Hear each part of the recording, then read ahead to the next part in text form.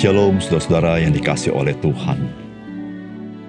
Tanpa Kristus datang ke dalam dunia menjadi manusia, saudara kita tidak pernah tahu sesungguhnya manusia yang sesungguhnya yang Tuhan inginkan seperti apa.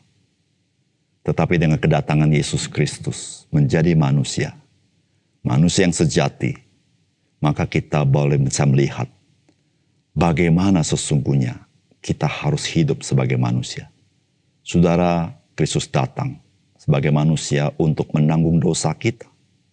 Tapi bukan itu saja, Dia datang untuk memberikan teladan bagi kehidupan kita. Salam jumpa dalam program Tuhan adalah Gembalaku. Saudara, apa yang diwariskan oleh Alkitab kepada kita, yaitu rencana keselamatan Allah yang kekal itu dan agung itu, dimulai dari perjanjian lama sampai perjanjian baru. Dan Allah yang merencanakan, Dia Allah yang berdaulat menggenapi seluruh rencananya. Namun bukan itu saja, saudara. Alkitab juga mewariskan kepada kita teladan-teladan yang mulia, teladan-teladan yang agung. Dan yang teragung itu adalah Yesus Kristus. Saudara, kita tidak pernah bisa melihat Allah dengan kasat mata. Karena Allah begitu dahsyat dan Dia begitu misteri. Namun saudara, Alkitab memberitahukan kepada kita Allah yang dahsyat dan misteri itu, Dia mencintai kita.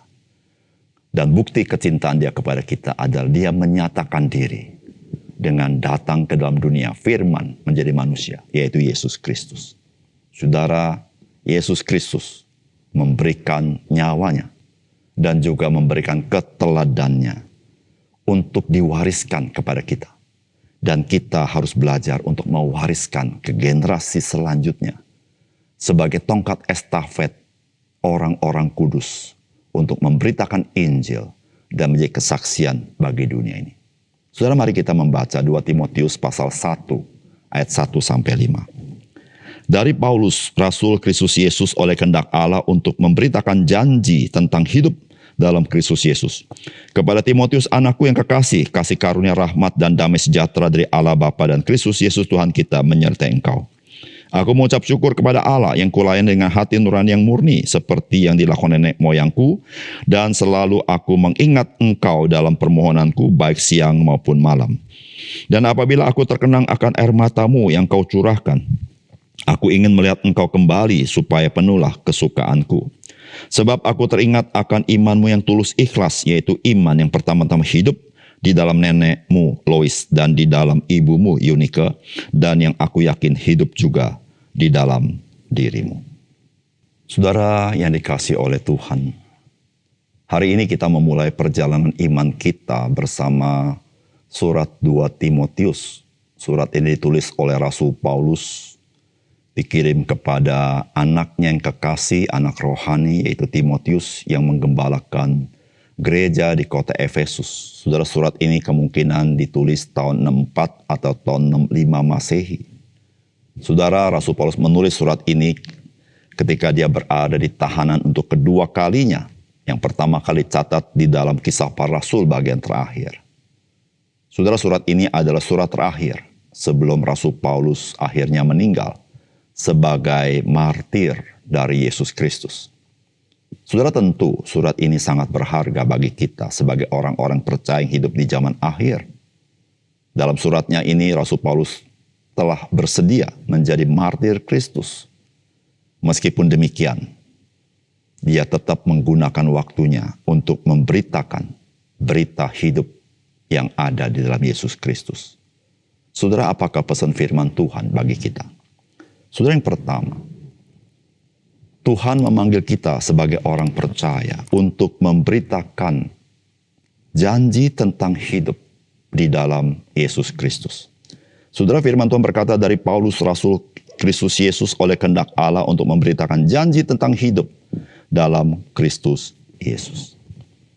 Saudara, panggilan Allah di dalam Kristus bagi kita adalah panggilan yang sangat istimewa. Di mana istimewanya?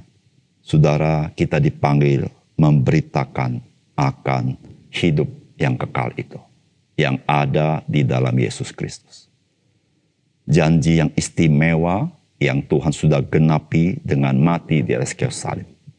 Kita bukan memberitakan tentang peraturan-peraturan yang harus dilalui oleh orang untuk mendapatkan sesuatu. Kita bukan memberitakan tentang peribadatan-peribadatan tertentu yang harus dilakukan untuk mendapatkan sesuatu. Kita tidak memberitakan tentang korban-korban apa yang perlu kita berikan kepada Tuhan agar kita berkenan kepada Tuhan. Tetapi kita dipanggil untuk menjadi pemberita akan hidup yang kekal yang ada di dalam Yesus Kristus.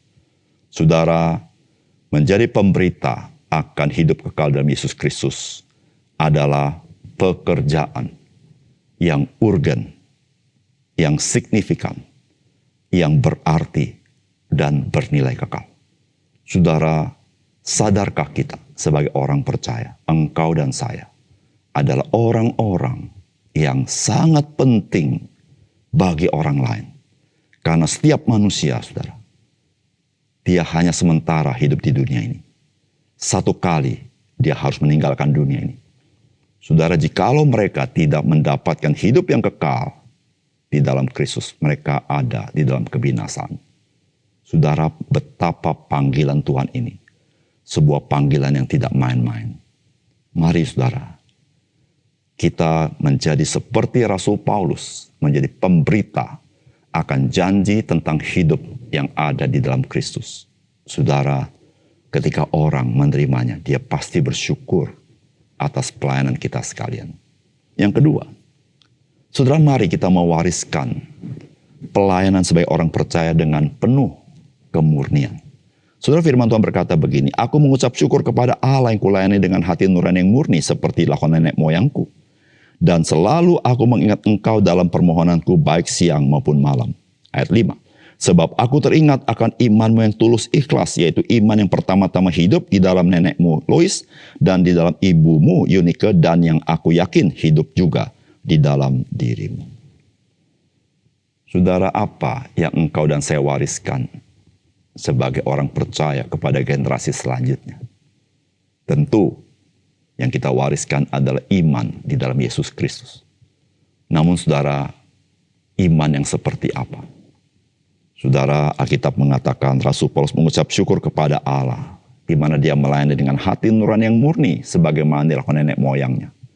Lalu dia ingat akan Timotius, yang memiliki iman yang tulus ikhlas seperti neneknya Lois dan seperti ibunya Eunike.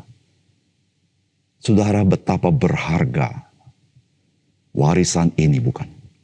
Saudara, zaman akhir sulit mendapatkan orang yang memiliki hati nurani yang murni.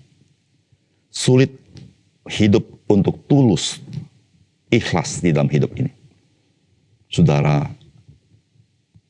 karena dunia mengajar kita untuk tidak pernah tulus. Dunia mengajar kita untuk selalu dimanipulasi, terdistorsi dengan kepentingan-kepentingan dunia ini. Saudara, orang Kristen terpanggil untuk mewariskan keteladanan, iman yang tulus, ikhlas, dan murni kepada generasi selanjutnya. Saudara, generasi selanjutnya yang memegang tongkat estafet Injil, dia harus belajar daripada saudara dan saya. Bagaimana kita punya iman yang tulus, ikhlas. Iman yang murni di hadapan Tuhan. Sehingga dengan demikian saudara, kita bisa menyaksikan pekerjaan Tuhan. Injil terus dikobarkan dari zaman ke zaman, dari desa ke kota, dari kota ke desa, di berbagai pelosok dunia ini. Ada orang-orang Kristen yang murni di hadapan Kristus, yang hidup bagi Kristus, yang rela menyerahkan hidupnya bagi Dia. Saudara, betapa pentingnya kehadiran saudara dan saya untuk mewarisi iman yang tulus ikhlas, iman yang murni di hadapan Kristus di tengah-tengah dunia yang bengkok ini. Mari kita berdoa. Bapa surga, terima kasih untuk kebenaran firman-Mu. Biarlah kami menyadari betapa penting kehadiran kami yang Tuhan percayakan untuk mewarisi hal-hal yang berharga di tengah-tengah dunia ini. Tuhan, tolong kami, sehingga kami dimampukan oleh kuasa Roh Kudus untuk hidup sebagaimana yang Tuhan inginkan. Terima kasih Tuhan, dalam nama Tuhan Yesus kami berdoa. Amin.